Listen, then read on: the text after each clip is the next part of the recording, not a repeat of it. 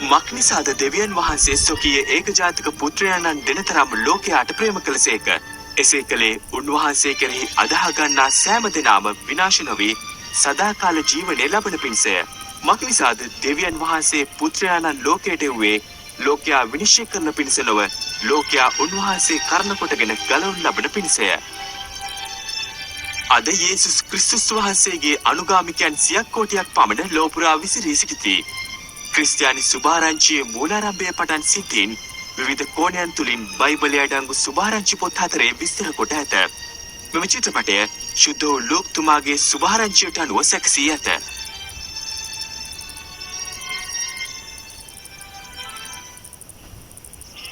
ශුද්ධ වූ ලූක්තුමා විසින් තමා දුටුවා වූද ඇසුවා වූද සිද්ධීන් ලේඛනගත කොට රෝම නායකයෙක් වූ තියෝපිලස් වෙතට යොමු කළ හසුන්පත ලූක්ගේ සුභාරංචිය ලෙසින් හැඳින්වේ.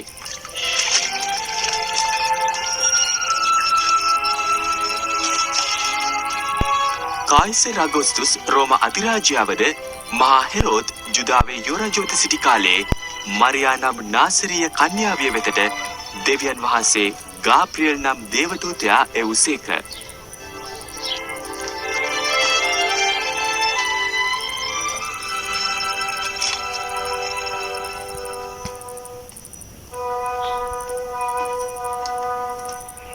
මරියා බය නොවන්න. ඔබට දෙවියන් වහන්සේගේ කරුණාව ලැබුණේ. ඔබ ගර්භණීව පුත්‍රයෙකු බිහි කරන්නීය. ඒ පුත්‍රයාට යේසුස් යන නාමය තබන්න. එහෙම වෙන්නේ කොහොමද? මං කන්‍යාවියක්. ශුද්ධාත්මයන් ඔබ කෙරෙහි පැමිණෙනසේක මහෞත්මයන්ගේ ආනුභාවයද බවසාගන්නීය.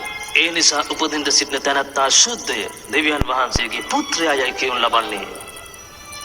මරියා ඇගේ ඥාති සොහොයුරිය බැලීමට කඳුරටට ගියාය. ඇයද හාස්කමකින් ගර්භණීව සිටියාය. එලිසබෙත් මාරියා මගේ සහෝදරිය. කාන්තාවන් අතර ආශිර්වාද ලත් නැතිය. ඔබේ කුසේ ඉන දරුවාද ආශිර්වාද ලද්දේ.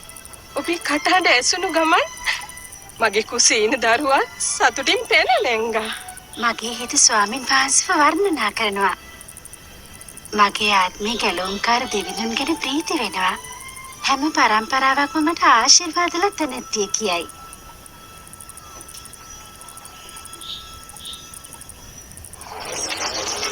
සියලු වැසියන්ගේ සංගණනයක් ගැනීම සඳහා රෝම අධිරාජ්‍ය විසින් නියෝගයක් පැනවිය. ගලීලේ සහ යුදේ පදිංචි සියලු යටත් දේශවලින් පැමිණි අයත් තම තමන් උපන් ස්ථානවල ලියාපදිංචි විය යුතු යන නියෝගයයි ඒ.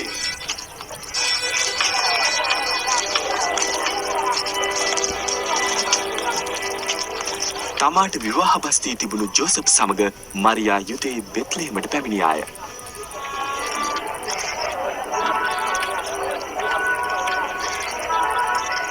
බෙත්ලෙහෙමේ තැනක් නොතිබුණු බැවින් ඔවුනට නවතින්නට සිදු වූයේ කුඩා ගවලෙනකය.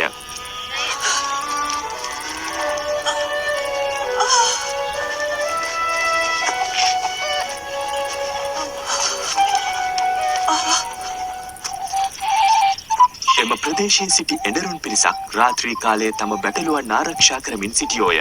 ස්වාමින් වහන්සේගේ තේජස ඔවුන් නවට බැබළුණේය. එවිට ඔවුන් ස්වාමින් වහන්සේගේ දූතෙක් දුටුවෝය. ස්වාමී වූ ක්‍රිස්තුස් නම් ගැලුම්කාරෙක් දාවිද්ගේ නුවරදී අදෝ බලාට උපන්සේක.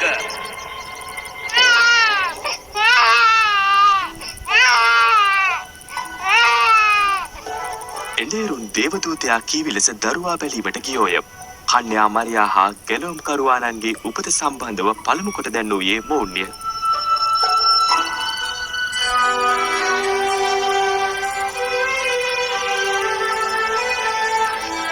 සතියක් සම්පූර්ණ වූ කල දරුවාට යේසුස් යන නාමය තබා ජෝසප් සහ මරියා දරුවා දරගෙන ස්වාමින් වහන්සේට ඔප්පු කරන පිණිස යෙරුසලමට පැමිණියෝය. ක්‍රිස්තුස් වහන්සේව දකින්නතුරු මරණයට පත් නොවන්නේ යනුවෙන් ශුද්ධාත්මයන්න් පැවසූ යහපත් මහලු මිනිසෙක් යෙරුසලමේ සිටියේය. ඔහුගේ නම සිමියොන්ය. ස්වාමීනි ඔබගේ වචනයට අනුව දැන් ඔබගේ දාසයා සමාදානයෙන් යන්ට හැරියමෙනවා.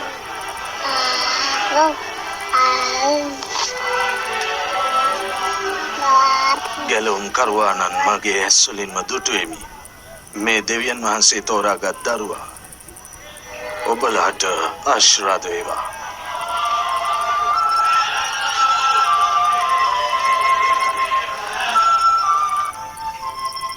මෝසෙස්ගේ නියමයේ ලෙසට ඔවුන් පැමිණි කටයුත්ත නිමා කොට ජෙරුසලමෙන් නාසරෙත් වෙතට හැරී ගියෝය.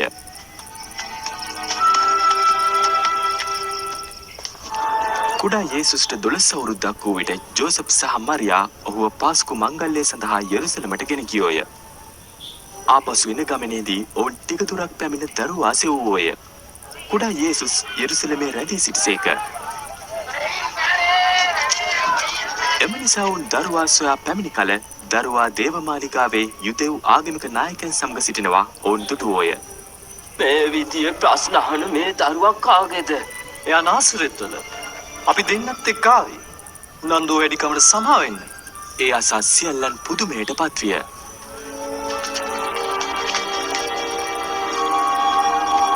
පුතා ඇයි ඔයා අපිට එහෙම කළේ? ඔයාගේ තාත්තත් මම තුඟක් දුකින් ඔයාව හෙව්වා. මොකටද ඔබලා මාව හෙව්වේ? මම පියාණන් වහන්සේ ගෘහේ ඉන්න ඕන කියලා ඔබලා දන්නේ නැද්ද?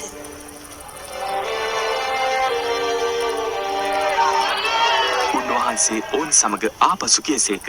යේසුස් වහන්සේ ප්‍රඥාවෙන් සහ උසමහතින්ද දෙවියන් වහන්සේගේ සහ මනුෂ්‍යයන්ගේ කරුණාවේද වැඩුණසේක. තිබේරියස් අධිරාජයාගේ 15 වෙනි අවුරුද්දේදී පොන්තියස් පිලාත් යුදේ ආණ්ඩුකාරයාවද හෙරොද් ගලීලේ යුවරජුවද අන්න සහ කායාපස් නායක පූජකයන්ව සිටි කාලයේදී දෙවියන් වහන්සේගේ වචනය යොහාන් වෙත පැමිණියේය. ඔහු යෝර්දාන් ගඟේ වතුරෙන් බෞතිස්ම කරමින් පසුතැවිල්ලේ බෞතිස්මය දේශනා කළේය. ඔබලාගේ පාපේ නිවත්වන්න බෞතිස්මය ලබන්න දෙවියන් වහන්සේ පාපයට සමාව දෙනවා ඇති. අනාගත වක්තෘ වූ යෙසායා ලියූ පොතේ කියවෙනවා. කාන්තාරේ සිට කෙනෙක් හඬ නගයි. ස්වාමින් වහන්සේගේ මාර්ගය පිළියෙල කරව. ස්වාමින්ගේ මාර්ගය සමතලා කරන්න. සෑම මිටි තැනක්ම පුරවන්න. කදු සහිත සෑම තැනක්ම සමතලා කරන්න. මාර්ගයේ ඇද සහිත තැන් හරිගස්සන්න. රළු මාවක් මට සිලිටි කරන්න. මුළු මිනිස් වර්ගයාම දෙවිදුන්ගේ ගැලවීම දකින්න ඕය. අපි කල යුතු දේ කුමක්ද? එම්බා පොළොන් වංශය අපිට කියන්න. කියන්න අපි කරන්න ඕන දේ. වස්ත්‍ර දෙකක් ඇති කෙනෙක් ඉන්නවා නම් වස්ත්‍ර නැති කෙනෙකුට ඉන් එකක් දෙන්න. කෑම ඇති අය නැති අයට දෙන්න. ගුරුතුමනි, අපි බතු අය කරන්න. අපි මොනවද කරන්නේ? නියමිත ප්‍රමාණයට වැඩියෙන් අය නොකරනු. එතකොට අපි මොනවද කරන්නේ? කාගෙන්වත් යමක් බලෙන් පැහැර ගන්න එපා. කාටවත් විරුද්ධව බොරු චෝදනා නගන්න එපා. ඔබට ලැබෙන දෙයින් සතුටු වන්න.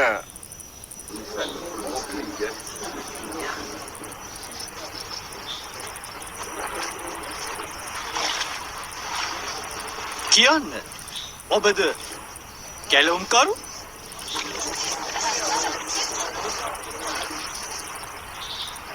මා බෞතිස්ම කරන්නේ වතුරෙන්. ඒත් මට වඩා ඉතා උතුම් කෙනෙක් එන්නේය.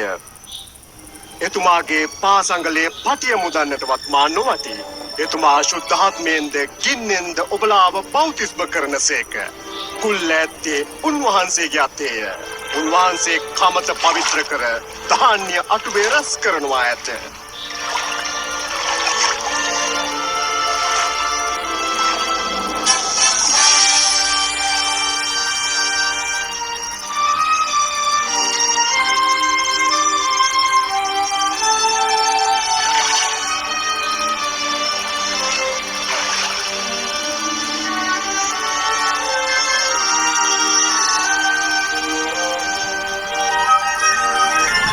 ශුද්ධාත්මයන්න් වහන්සේ පරවියුගේ රූපාකාරයෙන් උන්වහන්සේ පිටට පැමිණිසේක.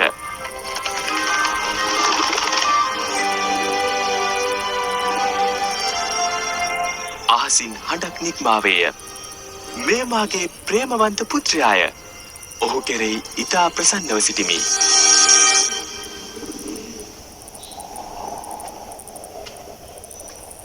උන්වහන්සේගේ සේවය පටන් ගත්තේ 30 වෙනි දිවියේදීය. උන්වහන්සේ ශුද්ධාත්මයෙන් පූර්ණව යොර්දානෙන් හැරී ආපසු ආත්මයාණන් විසින් කාන්තාරයට ගෙනියනු ලැබූසේක. දින 40ක් නිරාහාර වුන් පසු යක්ෂයා උන්වහන්සේව පරීක්ෂා කරන පිණිස පැමිණියේය.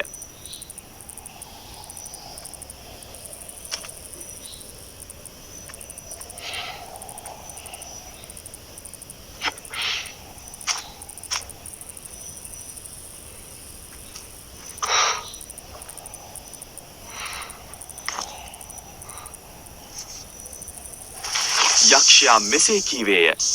ඔබ දෙවියන් වහන්සේගේ පුත්‍රයා නම් මේ ගල පාංගඩියක් වේ නාන කරන්න.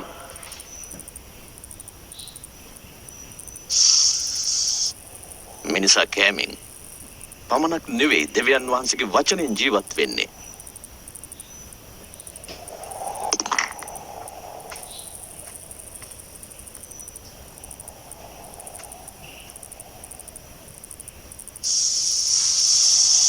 යක්ෂයා උන්වහන්සේව උස් තැනකට පමුණුවා ලෝකයේ සියලු රාජ්‍යයන් පෙන්වූයේය.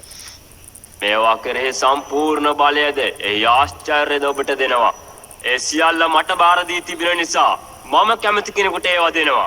ඔබ මට নমස්කාර කරනවා නම් මේ සියල්ලම ඔබට ලැබෙනවා ඇති. දෙවියන් වහන්සේට පමණක් নমස්කාර කරව සේවය කරව කියලා ලියා තිබෙනවා.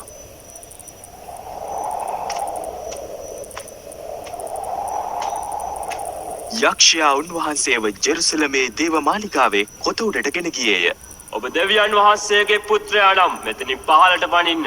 ඔබ ආරක්ෂා කරන පිණිස උන්වහන්සේ තම දූතයන්ට ඔබ ගැන අණ දෙනසේක. ඔබගේ පය ගලක නොදින පිණිස දූතයන් ඔබ උසුලා ගන්නෝය කියා ලියා තිබෙනවා නොවේද? දේව වචනේ කියනවා දෙවිඳුන් පරීක්ෂා නොකරව කියලා.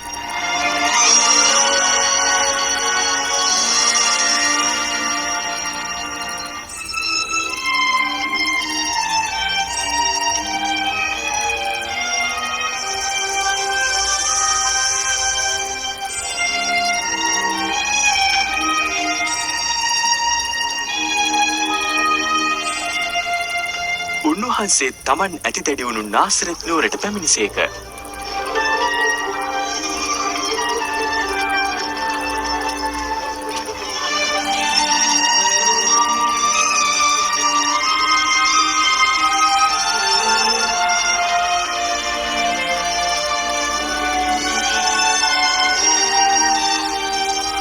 කොහොමද?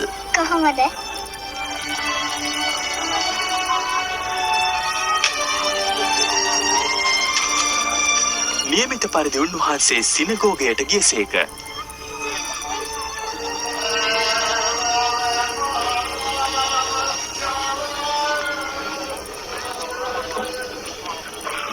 දිවසිවර යෙසායාගේ පොතෙන් කොටසක් කියවන්නට උන්වහන්සේට සිදු වූසේක.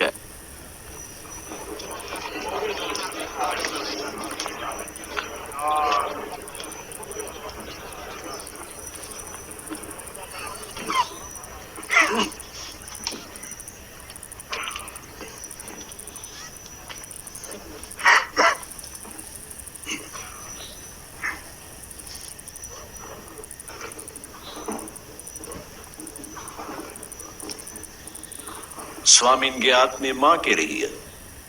දෙලින්දුන්ට සුභාරංචිය දීමට මා තෝරාගත් සීක.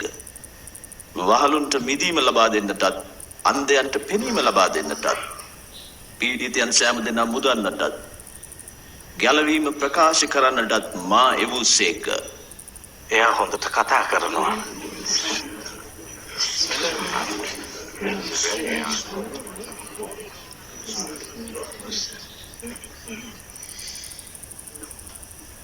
ඔබ අසා සිටියේ සුභාරංචියේ කොටස අද සැබෑ වෙලා. සුභාරංචිය සැබෑ වෙලා? මෙසියස් ආතර විතරයි ඒක පුළුවන්. ඒක වෙන්නේ කොහොමද? අනුමානයක් නැතුව ඔබ මට කියාවි.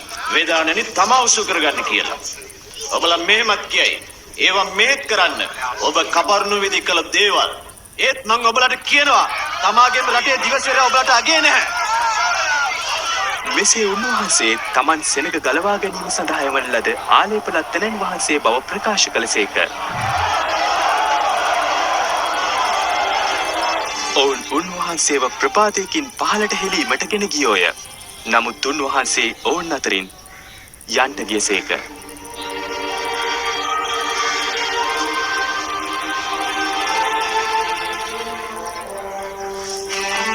උන්වහන්සේ ගලීලේ කපර්නවුමට පැමිණිසේක.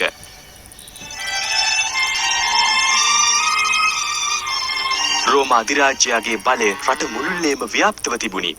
හිංසා පීඩාවලින් මිදීමට සෙනග ආශාවෙන් බලා සිටියෝය.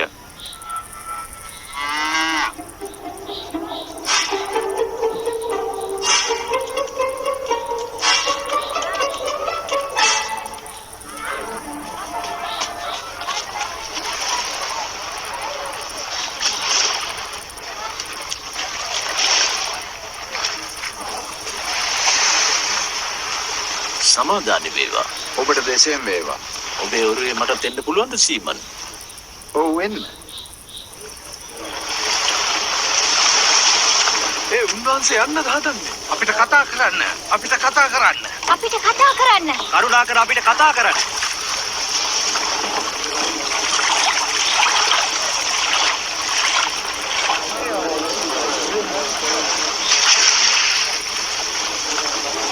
මිනිසුන් දෙදෙනෙක් යාඥා කරන සිනගෝගෙට ගියා. එක්කෙනෙක් ආගමික නායකයෙක් අනෙක බදු අය කරන්නේ. ආගමික නායකයා ඈතින් ඉඳගෙන මෙහෙම යාඥා කළා. මම අනිත් අය වගේ වංචාව, සල්ලාලකම, තණ්හාව නැති නිසා ඔබට ස්තුතියි. අර බදු අය කරනා වගේ නොවන නිසා ඔබට ස්තුති කරනවා. මං සතියකට වරක් නිරහර වෙන්නවා. මගේ ආදායමෙන් 10 කොටසක් ඔබට දෙනවා. ඒත් බදු අය කරන්න ස්වර්ගයේ දෙසට net යොමු කළේවත් නැහැ. ලපැත්තට ගසා ගැනීමෙන් කිව්වා දෙවිඳුනේ පව්කාර මට සමා වෙන්න. මං ඔබට කියනවා දෙවිඳුන් සමග නියම සම්බන්ධකම පැවැත්වූ ආගමික නායකයා නෙවෙයි බදු අය කරන්නයි. තමා උසස් කරගන්න පහත් කරනු ලබනවා. තමා පහත් කරගන්න උසස් කරනු ලබනවා. ඔරුව තව ගැඹුරට ගෙන යන්න. එහෙදී ඔබත් ඔබේ සහකරුවනුත් දැල හෙලන්න. ගුරුතුමනි, අපි මුළු රෑ තිස්සේම මාංශු වුණා. ඒත් මාළුවා වුණේ නැහැ. ඒත් ඔබ කියනවා නම් මම ආයෙත් දැල දාන්නම්. යාකෝබ්, යෝහන්,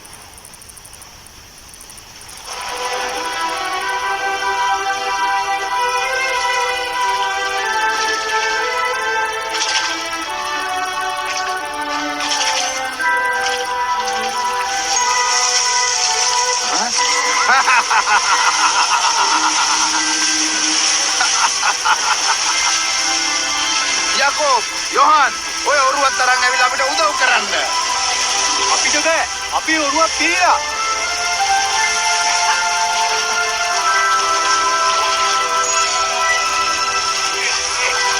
යති. යති.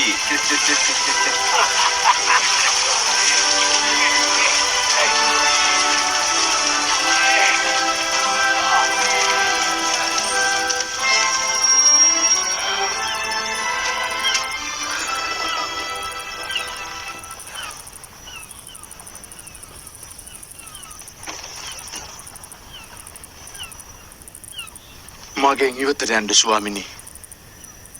මම පව්කාරයෙක්. බය වෙන්න එපා. මෙතෙන් පටන් ඔබ මිනිස්සුયો දිනා ගන්නවා.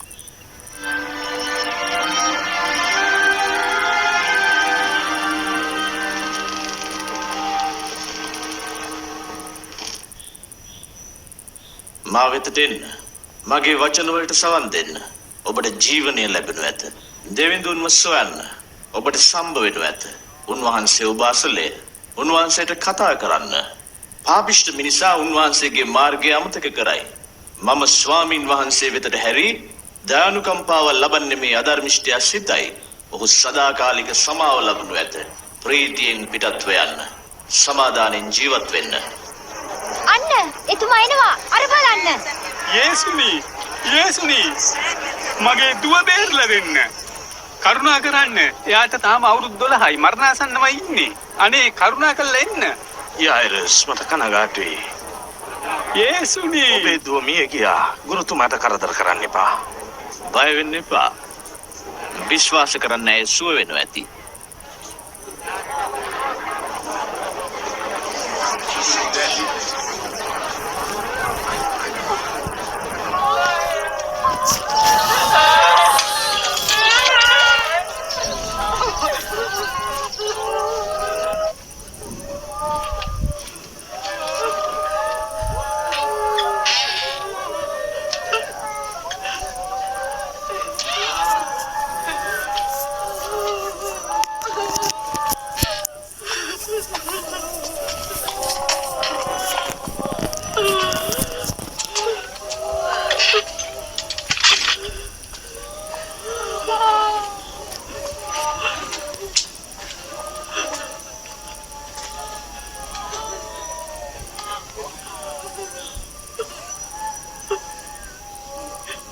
අඬන්න එපා.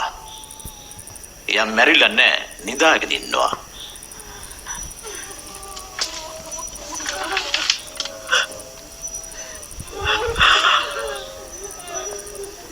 දරුවා නැගිටින්න.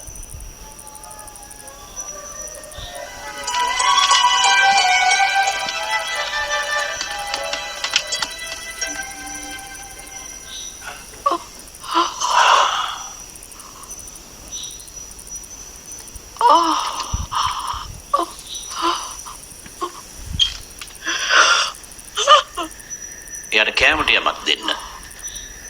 මේ ස්තිවීම කිසි කෙනෙකුට කියන්න එපා.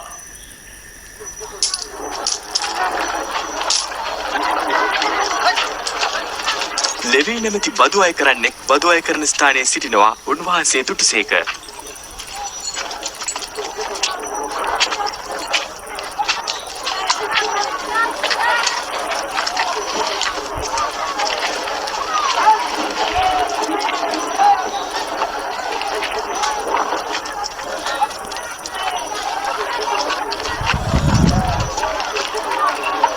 මානු එන්න.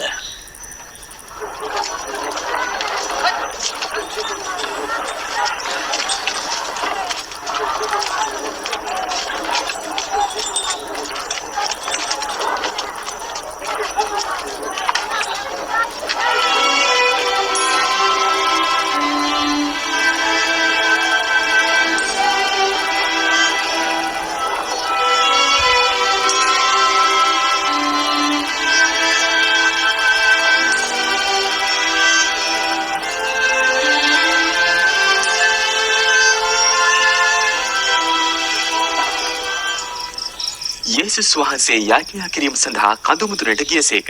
මුළු රෑම පියාණන් වහන්සේට යාඥා කරමින් ගත කළසේක.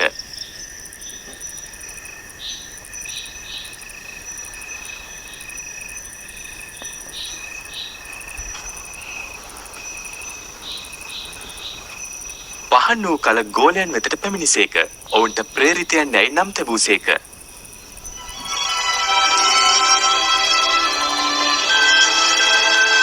පේතෘස් කියා නම් තැබූ සීමොන්,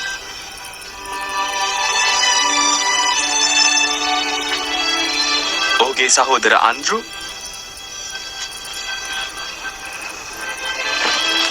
යාකෝබ්,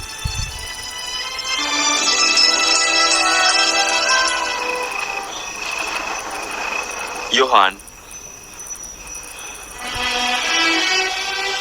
පිලිප්,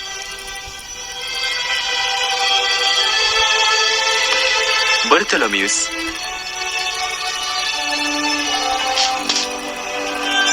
මතෙව්,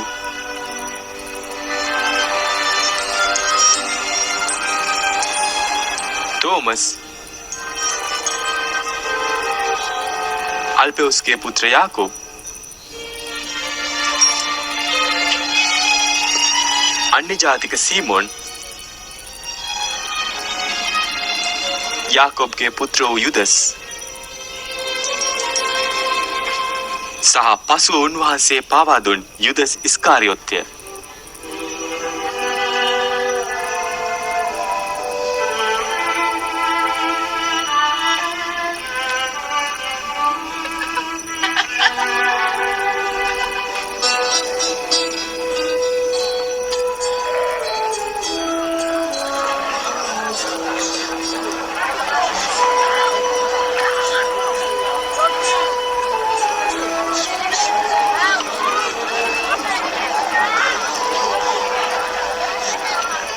දිලිඳු ඔබ වාග්යවන්තයි. මන්ද ස්වර්ග රාජ්‍ය ඔබගේය. සාග්ඥති ඔබ වාග්යවන්තයි. ඔබ තෘප්තියට පැමිණෙනවා. හඬන ඔබ වාග්යවන්තයි. ඔබ සිනාසෙනවා ඇති. මිනිස්සු මානිසා නුඹලාට ප්‍රතික්ෂේප කොට නුඹලාට නිඳා කරනකොට නුඹලාගේ අගුණ කියනකොට සතුටු වෙයන්න ප්‍රීති වෙයන්න ස්වර්ගයේදී නුඹලාට ඒවායේ ඵල ලැබේ. ඒ අයගේ පියවරු දිවසිවරුන්ටත් එසේම කළෝය.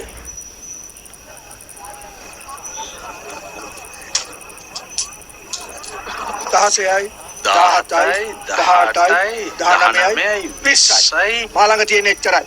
ඔබට එච්චරද තියෙන්නේ? එහෙම කියලා කොහොමද? ඔබට වන විපතක මහත ඔබේ සපවත් ජීවිතින් අවසానයි.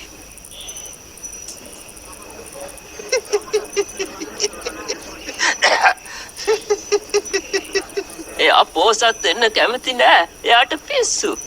දැන් සිනාසෙන් ඔබට වන විපතක මහත ඔබ හඬා වැළපෙනවා ඇති. ඔබ පසසන විට ඔබට වන විපතක මහත ඔවුන්ගේ පියවරු බොරු දිවසිවරුන්ට කළෙත් එහෙමයි. ඔබට මා කියන්නේ සතුරන්ට ප්‍රේම කරන්න, වෛර කරන්නට යහපත කරන්න, ඔබට දොස් තබන්නට සෙත් පතන්න, ගැරහුම් කරන්නට යාඥා කරන්න.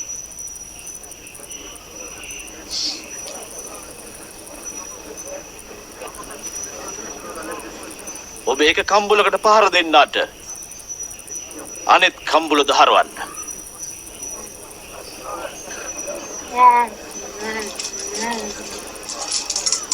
ඔබේ සලුව පැහැර ගන්නට ඔබේ කවායද දෙන්න. ඔබෙන් ඉල්ලන හැම කෙනෙකුටම දෙන්න. ඔබ සතු දේ පැහැර ගන්නාගෙන් ඒ නැවත නොඉල්ලන්න. මිනිසුන් ඔබට යමක් කරනවට කැමතිද ඒම ඔවුන්ට කරන්න.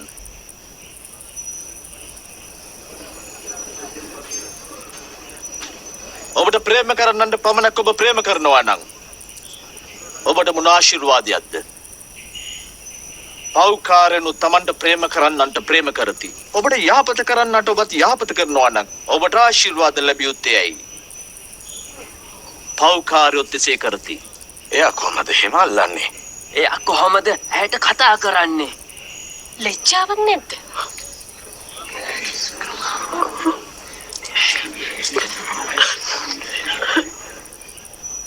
නෑ. සතුරාට ප්‍රේම කරන්න. ඔහුට යහපත කරන්න. කිසිවක් ආපසු ලබන්න නොසිතා දෙන්න. ඔබට මේ මාත් විපාක ලැබෙනවා. ඔබලා දෙවිඳුන්ගේ දරුවෝ වෙනවා. දුෂ්ටයන්ට ඔබේ යහපත් වූ පියාණන් දයාවන්ත වන්නාක් මෙන් ඔබ දයාවන්ත වෙන්න.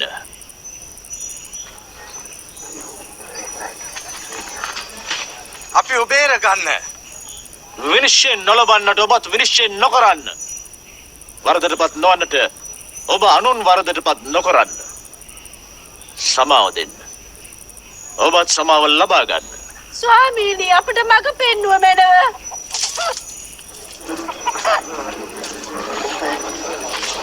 දෙන්න. එවිට ඔබටද ලැබේ. මක් නිසාද ඔබ ලබන්නේ දෙන තරමටයි. ඒක අන්ධයෙකුට තවත් අන්ධයෙකුට මඟ පෙන්වන්න බෑ. එසේ කළොත් දෙන්නම ඇද වැටෙනවා. ඔබගේ ඇසේ දැවයක් තබාගෙන සහෝදරයාගේ ඇහි රොඩ්ඩ පහ කරන්න හදන්නේ ඇයි? ස්වාමීනි අපිට මඟ පෙන්වන්න. අපිට දැන් ඔබ අවශ්‍යයි ස්වාමීනි. ඔබට කිරි දුන්න මම කොයි තරම් වාසනාවන්තද? දෙවියන් වහන්සේගේ වචන අසා කීකරු වුණොත් කොච්චර භාග්‍යවන්තද? මම කැමති යාගෙන දැනගන්න.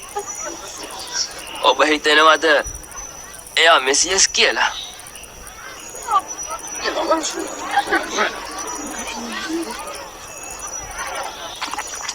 මේ පරිසිවරයා උන්වහන්සේට රෑ කෑමට ආරාධනා කළා. යේසුස් වහන්සේ ඒ ගෙදරට ගිහින් කෑමට හිඳගත්තා. අනේ ළමයිනේ ඵලයල්ලා ඇහුණා නේද? ඵලයල්ලා උන්ට ඕන දේවල් කර කර මෙතන ඉන්නවා. මෙයා මෙහෙම මොනවද කරන්නේ? මන් දන්නේ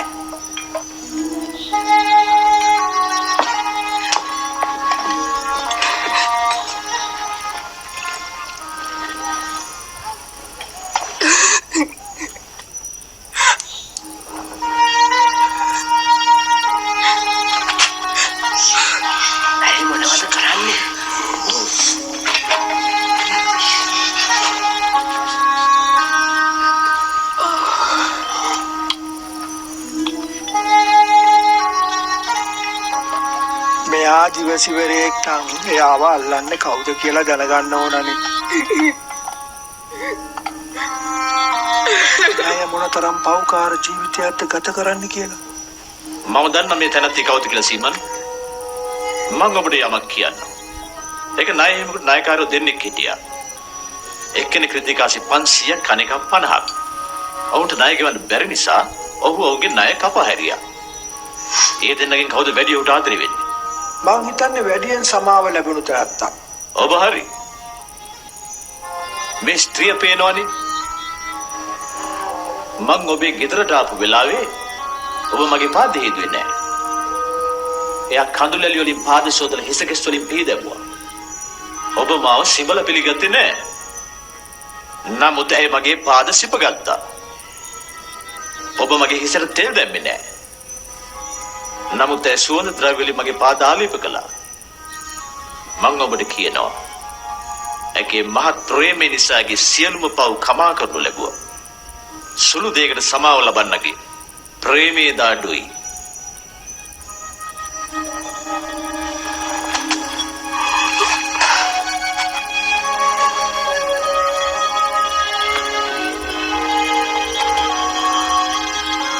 ඔබේ පව් කමා කළා. ඇදහිල්ල ඔබ ගැලෙව්වා. සමාදානින් යන්න.